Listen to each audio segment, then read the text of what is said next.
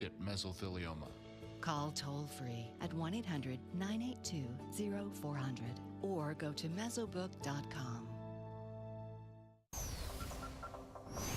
Take a look at oil prices this morning, down about 12 cents a barrel, 47.71, under pressure on oversupply concerns. The American Petroleum Institute reporting that gasoline inventories rose sharply last week. Joining us now is the Schork Report publisher, Stephen Schork. Stephen, we're waiting for oil inventory numbers today from the Energy Information Administration.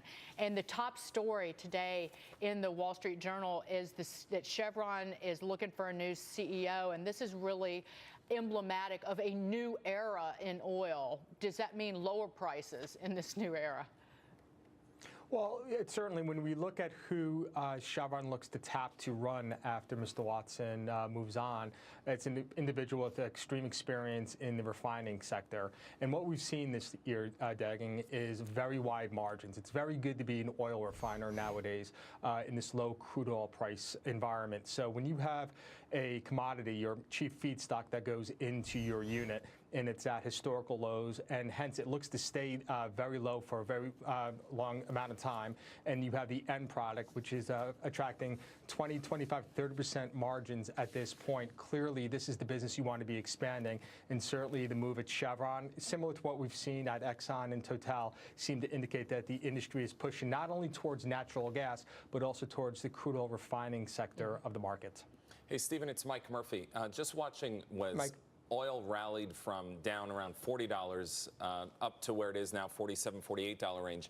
It seems like a lot of the U.S. equities, the energy stocks, haven't rallied as much. I was wondering if you could speak to that on why a lot of the energy stocks here in the U.S. are at or near lows, yet oil's had a 20% rally recently.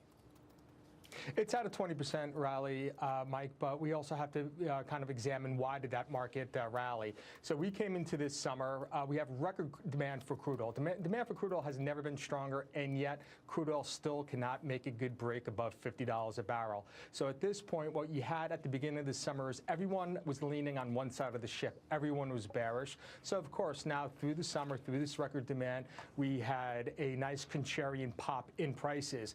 Now the concern as far as equities go and prices going forward towards the end of the year is seasonality.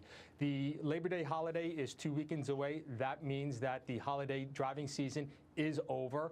After that, we're going to go into the fall maintenance season, the turnaround season, where refineries are going to be buying fewer barrels, anywhere between 700,000 barrels less to 1.2 million barrels. So with that, a significant amount of demand coming out of the market, and let's keep in mind, production is high. It's at a 2-year high. The market is well hedged. Production is going to keep on coming to the market while demand starts to fall through the fall. So that is indeed weighing on prices and likely weighing on the shares of oil-centric equities.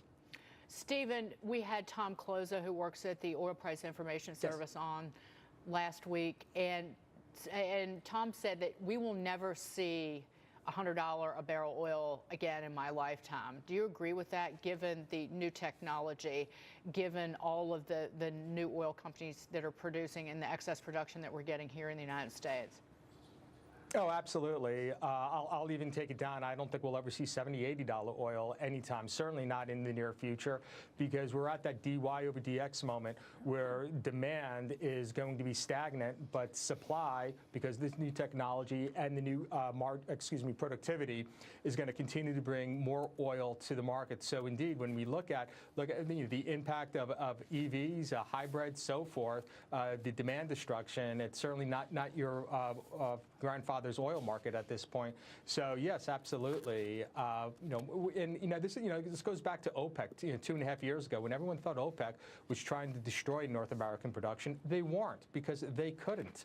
So at this point, what OPEC did 2.5 years ago, they did the North American industry the biggest favor, because they taught the industry how to become lean, how to squeeze out greater productivity, greater margins, how to make money in a low cost and a low oil price environment. So low oil prices in between that $40 to the $45 to $55 range. Very hard to see us making any sort of significant breakout to the upside, because now for the first time ever we have substitutes into the market. You have EVs, you have the hybrids, so forth. So this is something that the market's never had. The genie's out of the bottle. So no, $100 a barrel. I agree with Tom, and I'll take it down. I don't think I'll ever see $80 oil at any time in my future. Stephen, thank you so much. And again, when you try and put the squeeze on Americans, we sit back, we collect ourselves, and then we say, we'll show you what we got. And doggone if those oil companies didn't do that to OPEC. Thank you, Stephen. Absolutely. Stephen Schork. Thank you, Dagan. Coming up, Economy in Focus. We take a closer look at what President Trump said about jobs at the